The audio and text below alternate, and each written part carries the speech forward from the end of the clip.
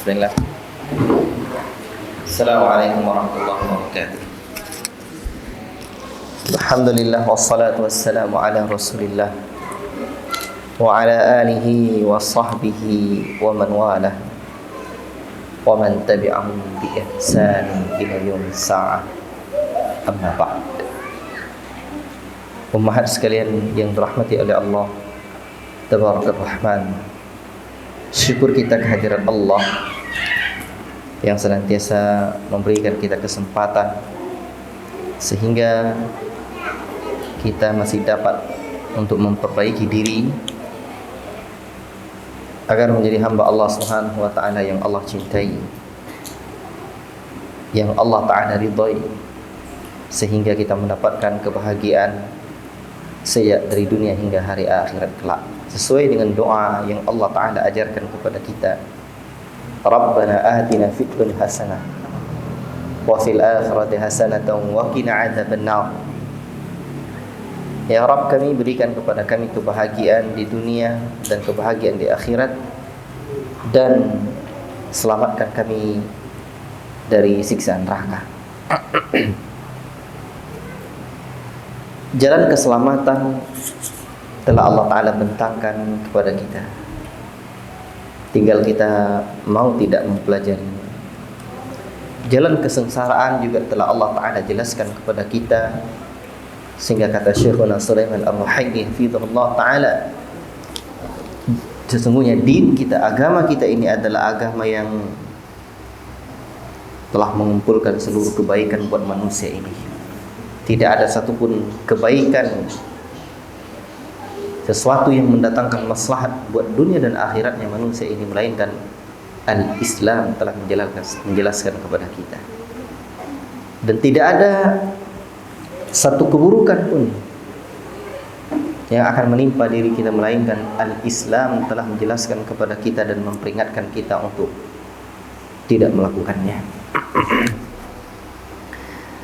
Ummahat yang dirahmati oleh Allah, siang ini kita membaca satu buku saku. Ini buku hadiah, ya. Banyak sekali di rumah. InsyaAllah ta'ala akan saya bagi-bagikan. Ibu-ibu yang dirahmati oleh Allah, buku ini berjudul Salamatul Insan fi Hifdzil Lisan. Keselamatan insan dengan menjaga lisan. Insan berarti manusia. Jadi keselamatan manusia ini dengan menjaga lisan, dan keselamatan manusia itu adalah sesuatu yang didampak-dampakkannya. Ketika manusia itu selamat, maka dia akan mendapatkan kebahagiaan. Berarti menjaga lisan juga adalah jalan mendapatkan kebahagiaan. Apa yang dimaksud dengan menjaga lisan? Ibu-ibu yang dirahmati oleh Allah, silakan buka halaman 8. Al-Imam Ibnu Qayyim Al-Jauziyah rahimahullah ta'ala menjelaskan bahwa salah satu pintu maksiat adalah lisan. Beliau rahimahullah mengatakan, menjaga lisan dimaksudkan agar jangan sampai seseorang mengucapkan kata-kata yang sia-sia. Apabila ia berkata, hendaklah mengatakan sesuatu yang bisa diharapkan keuntungan buat dirinya, manfaat pula bagi agamanya. Apabila dia akan berbicara, maka hendaklah seseorang itu memikirkannya terlebih dahulu. Apakah ucapan itu bermanfaat, mendatangkan kebaikan atau tidak? Apabila tidak bermanfaat, maka hendaklah diam. Apabila bermanfaat, hendaklah ia pikirkan lagi, apakah ada kata-kata lain yang lebih bermanfaat atau tidak. Mungkin sepintas kita menganggap bahwa bermanfaat, renungkan lagi, pikirkan lagi, boleh jadi tidak, dan atau mungkin ada diksi kata lain yang lebih bermanfaat dari yang baru terpikir itu. Ini agar manusia tidak menyia-nyiakan waktunya.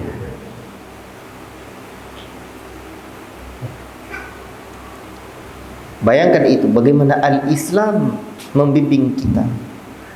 Sekedar mungkin durasi berkata-kata sebentar saja. Para ulama dengan bimbingan Allah dan Rasulnya telah mengajarkan kepada kita untuk betul-betul bermanfaat dalam hidup ini. Min husnil islamil mar'i tarkuhu ma la ya'ni. Sebaik-baik Islam seseorang adalah meninggalkan hal yang tidak bermanfaat bagi dirinya. Nah, inilah yang dimaksud dengan pengertian menjaga lisan. Dan ingat bahwa di antara pintu dari pintu-pintu yang akan menjerumuskan kita ke dalam neraka adalah lisan dan kemaluan. Itu yang paling banyak, kata Nabi SAW, yang menjerumuskan manusia ke dalam jurang neraka. La ilaha illallah. Dan lisan itu adalah cerminan hati, karena apa yang diucapkan adalah cerminan dari hati. Teko tentu mengeluarkan isi teko. Jika airnya putih maka putih, jika airnya merah maka merah. Dan menjaga lisan ini hukumnya wajib, di mana Al-Imam An-Nawawi rahimahullah ta'ala menyebutkan sesungguhnya setiap muslim wajib menjaga lisannya dari berbagai ucapan, kecuali ucapan yang mengandung maslahat, mengandung kebaikan. Bahkan kata Al-Imam An-Nawawi, apabila sama maslahatnya, diam baik, berbicara juga baik, 50-50, sama-sama 50%, 50%, atau nilainya sama, diam kebaikannya 2, berbicara kebaikannya 2, maka disunnahkan untuk menahannya, artinya tidak berbicara. Dan ingatlah, jangankan kata-kata yang haram mengundang dosa, ucapan yang mubah sekalipun bisa-bisa menyeret kita ke dalam sesuatu yang haram atau makruh. Dan umumnya yang sering terjadi, lisan terjatuh dalam yang haram atau dosa berawal dari sesuatu yang mubah. Untuk itulah jalan keselamatan adalah dengan hifdzul lisan, menjaga lisan. La ilaha illallah. Ummahat yang dirahmati oleh Allah Subhanahu wa taala. Saya dengarkan halaman-halaman yang saya sebutkan itu untuk terus ditengok ya. Buka halaman 10.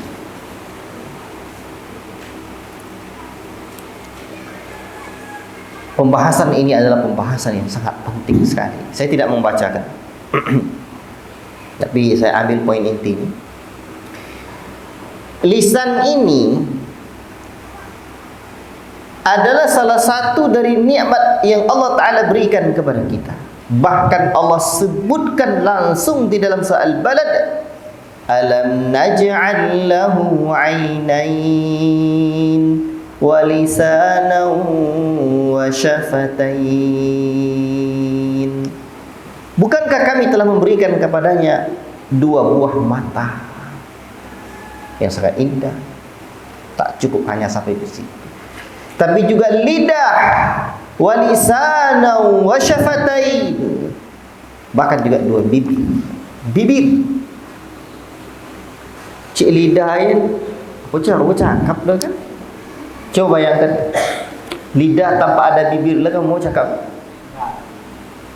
Oh, mau cakap. Untuk itulah kita wajib bersyukur.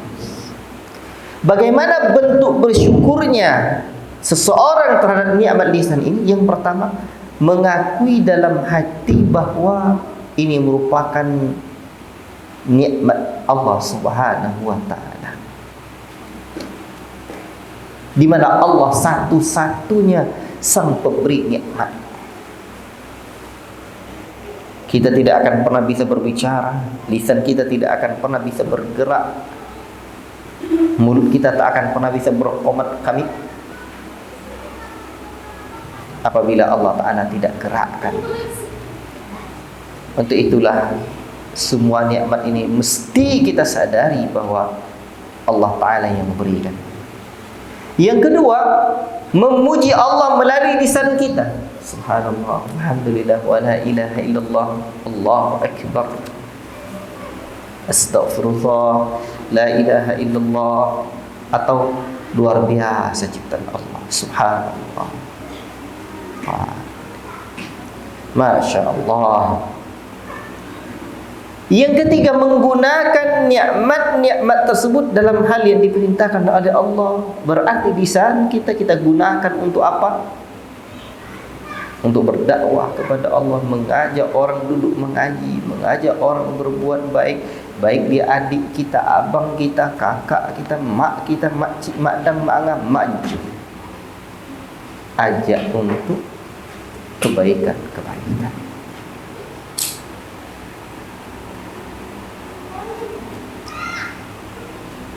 Ibu-ibu yang dirahmati oleh Allah Subhanahu wa ta'ala, dan semua nikmat ini akan diminta pertanggungjawaban di sisi Allah Subhanahu wa ta'ala. Sebagaimana nikmat telinga, penglihatan dan akal manusia kelak akan diminta pertanggungjawaban, sebagaimana Allah firmankan, innas sam'a wal basara wal fuada kullu ulaika kana anhu mas'ula. Sesungguhnya pendengaran, penglihatan dan hati semuanya akan diminta pertanggungjawaban di sisi Allah Rabbuna Tabaraka wa Ta'ala. Demikian juga dengan lisan.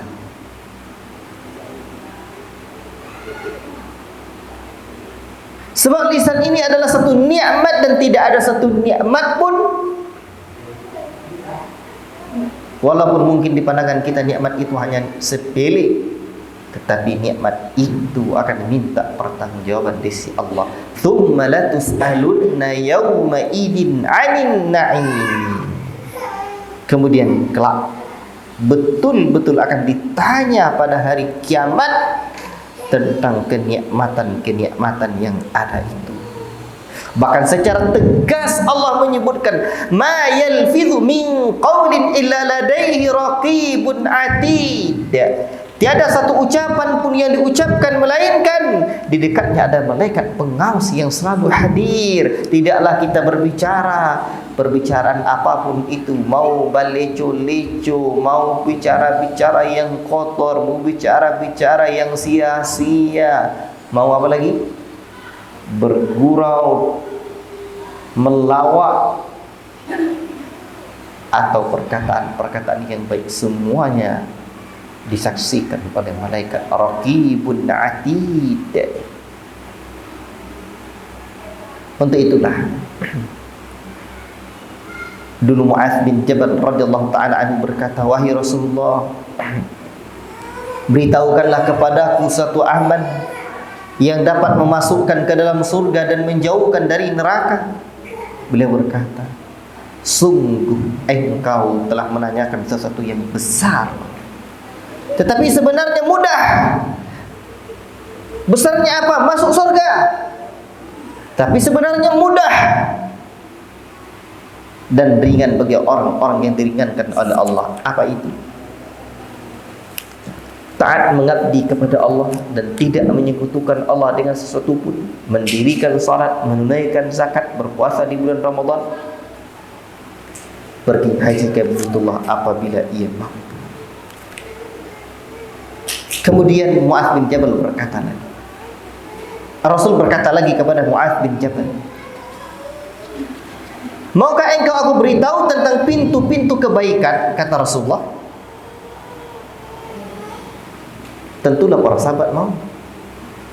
Kata Rasulullah, puasa itu adalah perisai. Perisai dari api neraka, perisai dari kejahatan yang akan dilakukan, perisai dari keburukan-keburukan diri manusia itu sendiri. Sedekah itu adalah penghapus dosa sebagaimana air memadamkan api. Dan salat di tengah malam.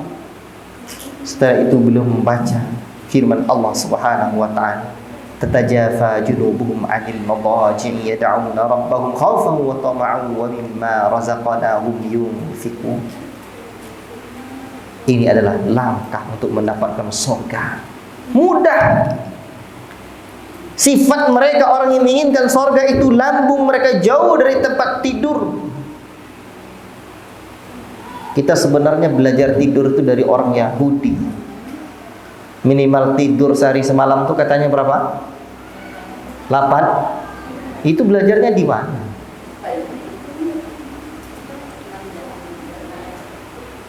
Syekh bin Baz rahimahullah ta'ala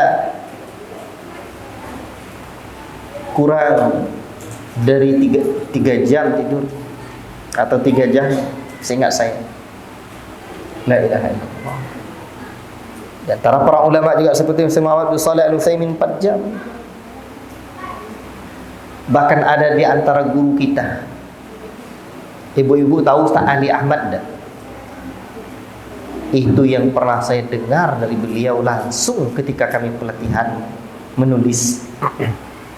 Beliau paling tidur tuh kalau dijamkan paling-paling cuma 1 jam dalam sehari semalam. Kalau sakit ya sakit, enggak tuh tidur aja tuh kata beliau. Kalau tak sakit, apa kerja? Nulis, belajar. Saya sampai bertanya langsung kepada Ustaz, apa caranya biar bisa Ustaz? Kata beliau, kebutuhan dan kelezatan ilmu itu yang membuat kita bisa untuk tidak tidur. Luar biasa. Dan orang-orang hebat itu tidak banyak tidur, ibu-ibu. Apa pekerjaannya? Yad'una rabbahum, berdoa kepada Rabb mereka dalam keadaan takut dan berharap kepada Allah, dan rizki mereka infakkan. Fala ta'lamu nafsum ma ukhfiya lahu min qurrati a'yunin jazaa'an bima kanu ya'malun. Seseorang pun tidak mengetahui apa yang disembunyikan untuk mereka, yaitu bermacam-macam nikmat yang menyedapkan terhadap apa yang mereka kerjakan. Qurratu a'yunin jazaa'an bima kanu ya'malun. Ini ayat 17 ini ya'malun, apa yang mereka amalkan. Bukan ya'lamun, bukan mereka ya, apa yang mereka ketahui. Ini langkah kedua. Bukan poin kedua. Bukan langkah kedua, tapi poin kedua. Yang pertama tadi Rasul memulai dengan mendirikan salat. Yang kedua ini Rasul menyebutkan apa? Pintu-pintu kebaikan. Jadi ingin mendapatkan kebaikan, kita buka pintunya. Apa pintu kebaikan itu? Bangun dan berdoa di malam hari. Kebaikan itu akan datang. Lalu Nabi berkata lagi kepada Mu'adz bin Jabal, maukah engkau aku beritahu pokok dari semua tiang serta puncaknya? Rasul pun, Mu'adz mengatakan, tentu ya Rasulullah. Nabi sallallahu alaihi wasallam berkata, pokok segala sesuatu itu adalah al-Islam, dan tiangnya adalah salat, serta puncak tertingginya adalah jihad, berjuang untuk agama Allah. Nabi sallallahu alaihi wasallam bertanya lagi, maukah engkau aku beritahukan tentang kunci untuk memiliki semua itu? Mu'adz menjawab, tentu wahai Rasulullah. Maka beliau memegang lidah sambil bersabda, tahan olehmu ini. Lalu aku bertanya, kata Mu'adz, apakah kami akan dituntut atas setiap apa yang kami ucapkan? Nabi menjawab, ibumu kehilanganmu. Jadi maksud ungkapan ini seperti yang dijelaskan oleh Syekh Muhammad Fuad Abdul Baqi Abdul Baqi rahimahullah ta'ala menjelaskan, zahirnya berupa doa keburukan untuknya agar ia meninggal, tapi maksudnya adalah ungkapan keheranan terhadap kelalaian dalam urusan itu. Jadi ini ungkapan keheranan, ibumu kehilangan, ungkapan keheranan. Tidaklah orang tersungkur ke dalam api neraka melainkan dari hasil dari lidah mereka. La ilaha illallah. Bayangkan itu. Tidaklah seseorang tersungkur sampai masuk ke dalam api neraka melainkan apa? Karena hasil dari lidah mereka sendiri. Tidak lidah Ustaz, jo tulisannya. Kata para ulama, tulisan sama kedudukannya dengan lisan. Jadi dalam WC di lopi menuli-nuli, dia ambil handphone, dipasang main WA, main Facebook, main menuli. Tidak boleh. Sama halnya dengan masuk dalam WC, di lopi bercakap-cakap, baca cacu-cacu, mal logu-logu. Sudah lama lagu tak boleh, tambah bercakap tak boleh. Demikian juga dengan menulis. Allah Ta'ala. Untuk itulah Nabi sallallahu alaihi wasallam menyebutkan menjaga lisan konsekuensi keimanan seseorang. Wa man kana yu'minu billahi wal yawmil akhir falyakul khairan aw liyasmut. Dalam riwayat At-Tirmidzi, Nabi menyebutkan barang siapa yang beriman kepada Allah dan hari akhirat, la yakin idui diciptakan Allah, lai percaya bahawa hidupku akan mati, falyakul khairan aw liyasmut, maka hendaklah berkata yang baik atau diam.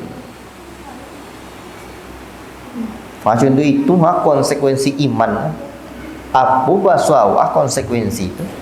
Bukti iman. Kalau yo beriman, aku ditandu. Bahkan Nabi mengatakan, man yatmanu li ma baina lahyaihi wa ma baina rijlaihi atmanu lahul jannata. Rawahul Bukhari. Barang siapa yang menjamin bagiku antara dua rahang tulang tempat tumbuh gigi, yaitu lisan, dan antara kedua kakinya, yaitu kemaluan, dia jaga dua hal itu, aku jamin baginya surga. Dia tidak menggunakannya kecuali kepada hal-hal yang halal dan mubah. Dia jaga diri dari haram pada kedua anggota tubuh itu, maka Rasul jamin bagi orang yang menjaga itu surga yang penuh dengan kenikmatan. Maka Nabi sallallahu alaihi wasallam juga bersabda, innal 'abda la yatakallamu bil kalimati ma yatabayyanu fiha yazillu biha ila an-nar ab'ada mimma bainal masyriq wal maghrib. Sesungguhnya seseorang hamba mengucapkan sesuatu yang ia tidak memikirkan apa yang baik dan apa yang buruk, lalu dia tergelincir ke dalam api neraka sejauh antara timur dan barat karenanya. Untuk itulah hendaklah dipikirkan apa yang hendak diucapkan. Ummahat yang dirahmati oleh Allah Subhanahu wa taala, untuk itulah kita hendak menjaga lisan kita dari sesuatu yang tidak baik. Dan setan itu bahaya. Sehingga Al-Imam Al-Qayyim menyebutkan adalah sesuatu yang mengherankan, kata beliau. Manusia mudah untuk menghindari diri dari makanan yang haram, tak makan yang haram, berbuat zalim, berzina, mencuri, meminum khamar, memandang pandangan yang haram dan lain sebagainya. Tetapi sulit menjaga gerakan lisannya, sampai-sampai seseorang yang dipandang ahli agama dan zuhud dan gemar beribadah, dia berbicara dengan ucapan yang dimurkai oleh Allah. La ilaha illallah. Untuk itulah kita, saya, ibu-ibu, semuanya mesti berjuang untuk menjaga lisan. Ibu-ibu yang dirahmati oleh Allah Subhanahu wa taala, maka Nabi menyebutkan salah satu rahasia dari rahasia salam, Nabi kan menyebutkan begini, La tadkhulunal jannata hatta tu'minu. Kamu tak akan pernah masuk surga sampai kamu beriman. Wala tu'minu hatta tahabbu. Dan tidaklah kamu dianggap beriman, betul-betul beriman, sehingga kalian itu saling mencintai, saling cinta mencintai. Awala adullukum ala syai'in, maukah kalian aku tunjukkan sesuatu? Idza fa'altumuhu tahabbtum, apabila kalian lakukan perkara itu niscaya kalian akan saling berkasih sayang. Absyus salama bainakum, sebarkanlah salam di antara kalian. Apa makna salam? Selamat, selamat, selamat. Tak kiamat, kiamat. Selamat, selamat, selamat. Ya. Artinya yang baik-baik. Tapi Ustaz tak konang le kadang tak lupa. Itulah tanda kita manusia. Jadi salah awak kau orang tak mau, salah orang kau awak dimoon dak. Itu tanda kita manusia. Kita salah sama orang lain, kita maaf, itulah tanda kebesaran hati kita. Kita orang salah kepada kita, kita maafkan. Oh, dek boy, kojo godang kojo, dek godang, dek kojo, dek masuk surga Masalahnya berbuah surga. Allahu Akbar. Untuk itulah Nabi rahasianya orang beriman pada Allah dan hari akhirat. Ini kalau lah yakin pasti. Allahu Akbar. Kita akan introspeksi diri dari hal-hal dosa yang pernah kita lakukan. Ummahat yang dirahmati oleh Allah, apa cara menjaga lisan?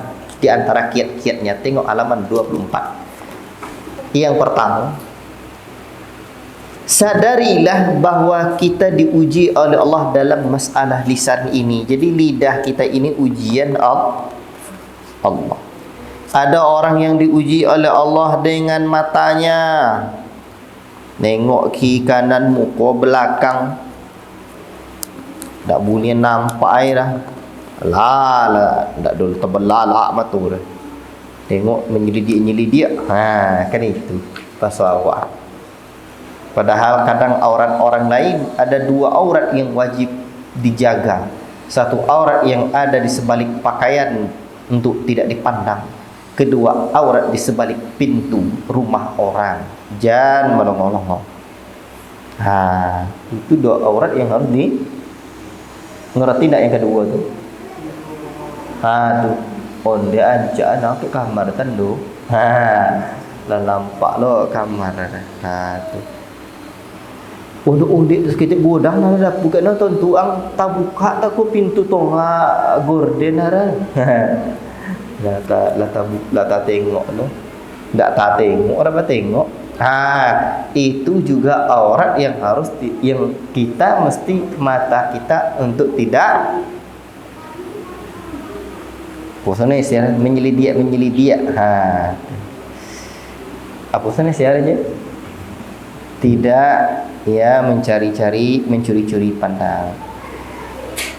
Yang kedua, hendaklah bertaubat kepada Allah atas segala dosa-dosa yang kita lakukan.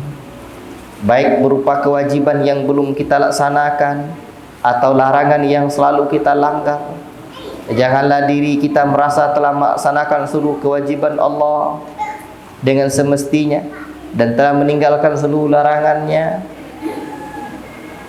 Makanya Al-Imam Ibnu Qayyim rahimahullah ta'ala menyebutkan, sesungguhnya seorang hamba apabila berkeyakinan bahwa ia telah menjalankan agama yang hak ini, maka ia telah menjalankan seluruh perintah, baik amalan zahir maupun amalan batin. Ia juga telah meyakini telah meninggalkan seluruh larangan amalan zahir maupun amalan hati. Hal ini disebabkan kebodohan dia akan din yang hak dan jahil akan hak Allah. Tak bisa. Jadi kalau lama solah kata sodai la jalan sodo. Itu kebodohan kita terhadap agama. Jadi bertaubat kepada Allah, dengan taubat kita itu nanti hati kita menjadi hati yang lapang, hati yang baik, hati yang bersih. Nanti bila hati kita sudah bersih, lisan kita tidak akan mudah kita kotori.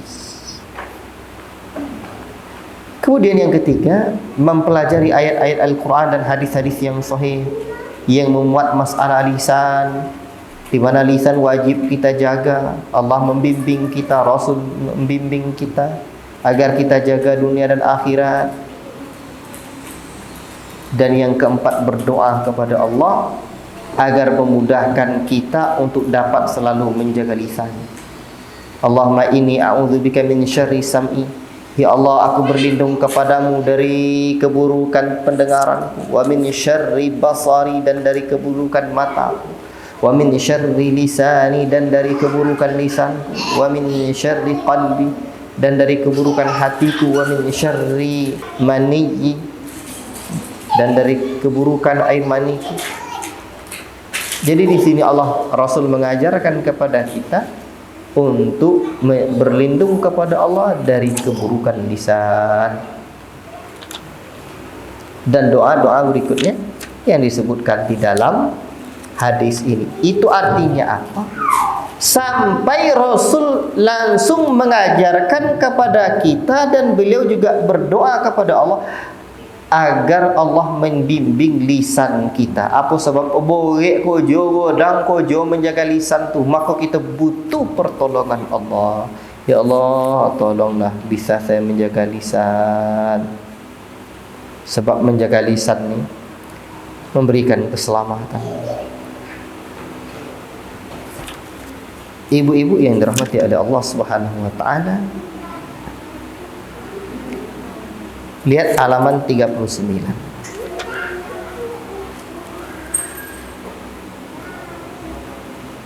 Allah Ta'ala berfirman di dalam surah Al-Baqarah ayat yang ke-44. Atamuruna an-nasa bil birri wa tansawna anfusakum wa antum tatluna al-kitab afala ta'qilun. Mengapa kamu suruh orang lain mengerjakan kebaikan, sedangkan kamu melupakan diri kewajibanmu sendiri, padahal kamu membaca Alkitab Taurat? Maka tidakkah kamu berfikir? Pertanyaan di atas maksudnya sebagai teguran yang keras dan kritikan pedas terhadap orang-orang yang mengajak kebaikan, tetapi dia sendiri lalai menjalankan tugas. Jadi kadang-kadang ambo kita sebagai orang tua bagi anak-anak kita, kawan bagi kawan kita, awak nasihati, atau orang-orang yang kita lain yang mungkin kita sambil bergurau padanya, "Oi, gua jagolah tak muncul kau." Kaliku bahasa awak. Dan itu sering kali kita sebut. Di saat yang sama, kalaulah cakap awak macam itu, awak juga harus menjaga diri kita dari lisan kita. Makanya ketika kita selalu terlihat hanya kesalahan orang dan kesalahan orang, itu tandanya kesalahan dalam diri kita mulai banyak, sehingga yang terlihat bukanlah kesalahan yang ada dalam diri kita.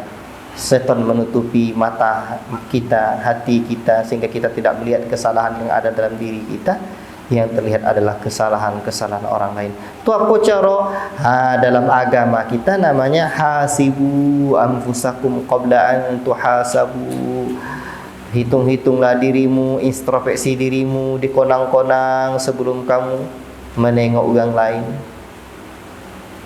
Banyak-banyak. Makanya di antara bentuk hal yang perlu kita lakukan adalah contoh apalah engkau, contoh apalah kau, matu asyik dek sopi ke sopi je nya. Facebook tengoklah apa namanya kat Facebook saya semua. Apa nama nan mengalih kat Facebook dia? Market place. Sangku online yang ditengok sejak dari A sampai Z. Sejak dari anduk sampai belacan. Mantap. Telingo sejak dari musik, minimal musik tetangga, sampai sejadikannya lego. So lingo orang mendonga kok lai ugang jujur kawak. Aku ada orang mencitoninya ode sonang hati tanggung lah dia. Lah telingo juga. Tidaklah ada orang mendengarkan Quran, mendengarkan nasihat agama, nasihat yang lain. Introspeksi diri. Jadi belajar agama kok untuk awak dan tunggang lah. Seringkali setan itu menggoda kita. Atau tanggung lah. Kalau kau ni sobi kau di ustaz. Tu lah. Nah ustaz tu lah. Gasak lah situ. Menginyam cara macia. Setan buat kuju. Padahal apapun agama untuk awak. Maka kita introspeksi diri lisan kita. Apa soalnya lisan kita. Di antara yang membuat keras hati itu fudulul kalam, banyak berbicara. Fudulun nazar, banyak melihat. Fudulut ta'am, banyak makan. Itu di antara hal yang membuat hati menjadi keras. Timbul pertanyaan, kalau no tu you nak tolok mana orang buat buruk ada majak orang ustaz. Awak ada tolok ada tabuk mana? Ci tengok halaman 2 3 tu.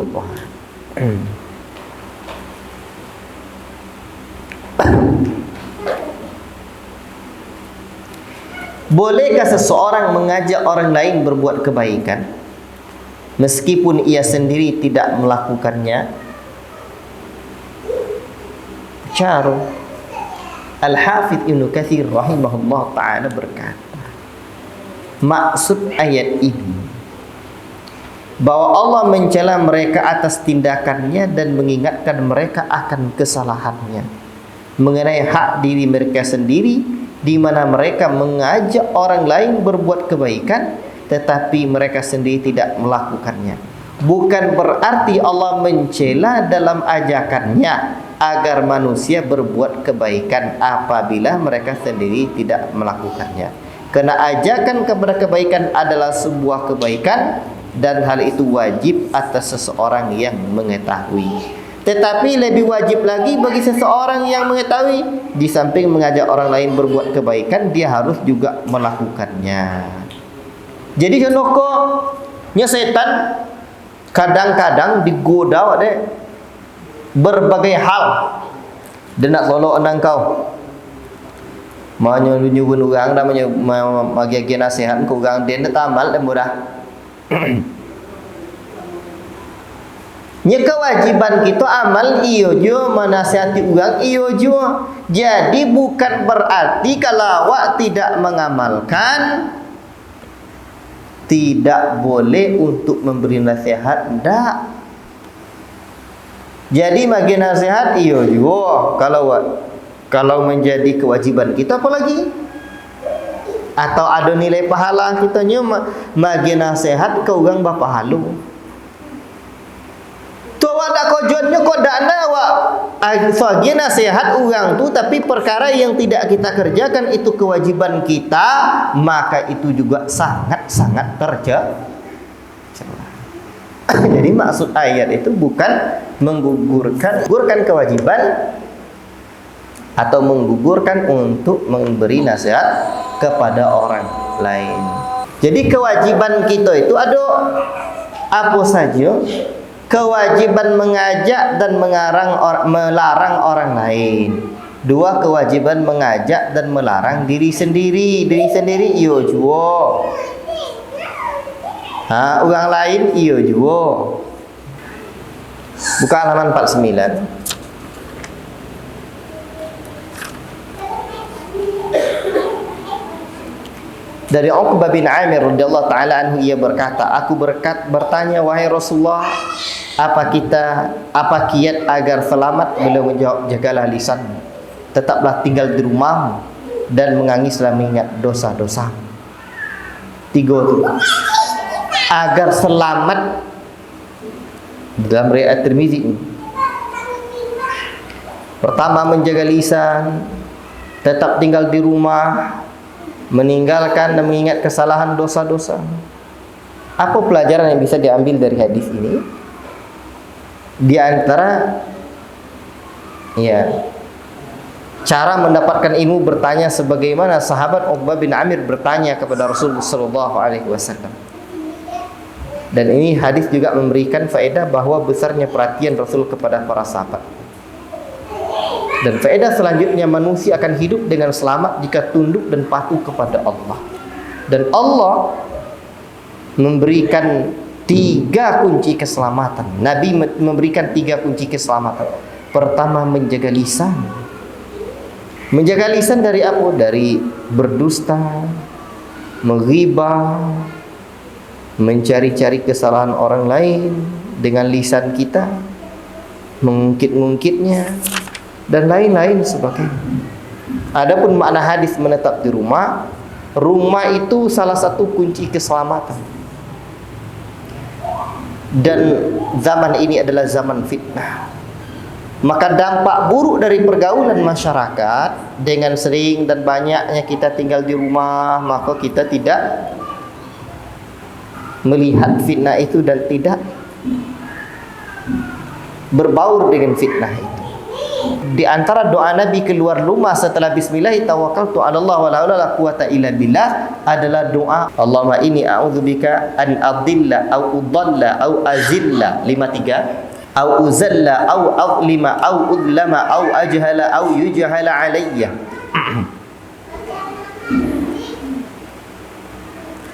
Ya Allah, sesungguhnya aku berlindung kepadamu jangan sampai aku tersesat. Jadi berdoa awak ketika awak keluar rumah tu, lah jalan selangkah 2 langkah, dibaca doa eko.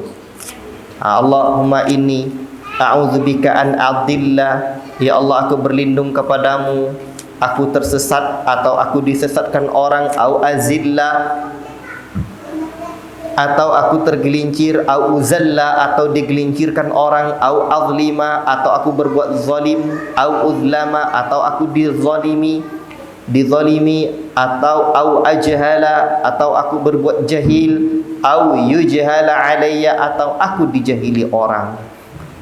Doa aku bagus, tergelincir, pleset, atau diplesetkan orang, kutin orang remawa, atau yang lain-lain, berdoa kita dulu kepada Allah setelah membaca bismillahirrahmanirrahim tawakkaltu 'ala Allah. Itu aku dengan menyebut nama Allah, aku berserah diri kepada Allah. Jadi sesat dan disesatkan orang, tergelincir dan digelincirkan orang, termasuk perkara mulut tadi, berbuat zalim.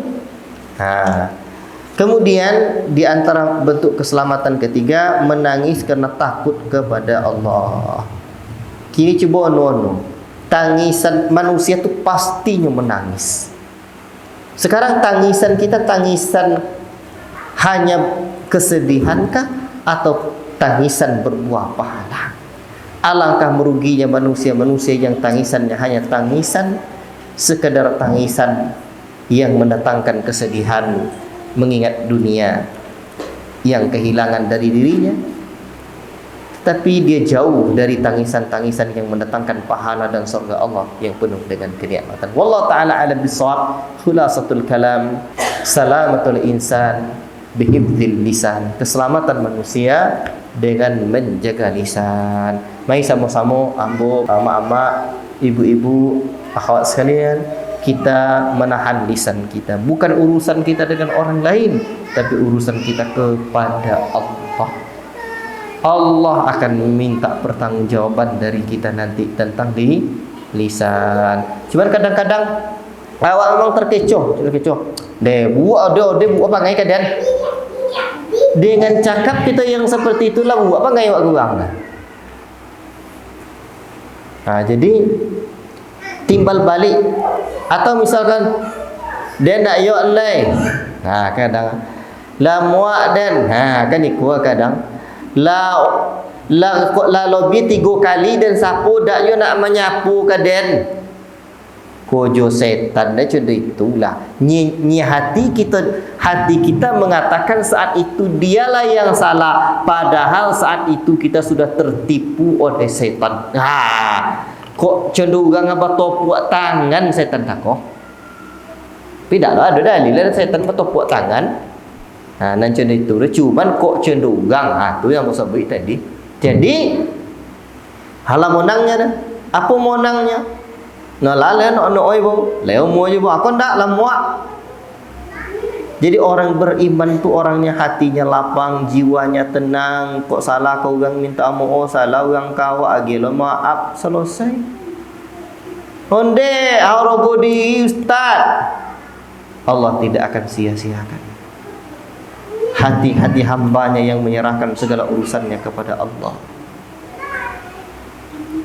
Kadang-kadang orang menzalimi kita, mungkin juga akibat dosa dan kesalahan kita. Untuk itu simple hidup, tidak payah-payah. Apa tak payah-payahnya? Contoh yang tadi, apa cakap? Salah awak copek minta maaf, salah orang copek lagi maaf. Bahkan di antara para sahabat yang dijamin surga, di antara amalannya pada lamannya sedikit, tidaklah dia tidur melainkan dia telah memaafkan seluruh kesalahan-kesalahan orang lain dalam dirinya. Ya kadang wak maaf salah orang bisa tapi wak tak maafkan isyarat. Itulah kadang setan tu sehabis cara dia akan memberikan apa? Menggoda kita. Dan kalau tak mau order kadang den patolak saibut. Lah monang lo setan. Bayang dah le tolak 3 nya le ko 1000 tolak. Itulah kerja setan. Setan itu akan merusak hati kita. Yode bona le kan itu. Itulah kerja setan. Hati kita dirusaknya melalui lisan kita. Akhirnya rusaklah dunia dan peradaban akibat lisan. La ilaha illallah. Rakyat rusak akibat mereka mengaibi pemerintahnya, umara rusak kena menzalimi rakyatnya. Wallahu taala a'lam bissawab. Wassallallahu alaihi wasallam ala nabiyina Muhammad wa ala alihi wa sahbihi ajma'in.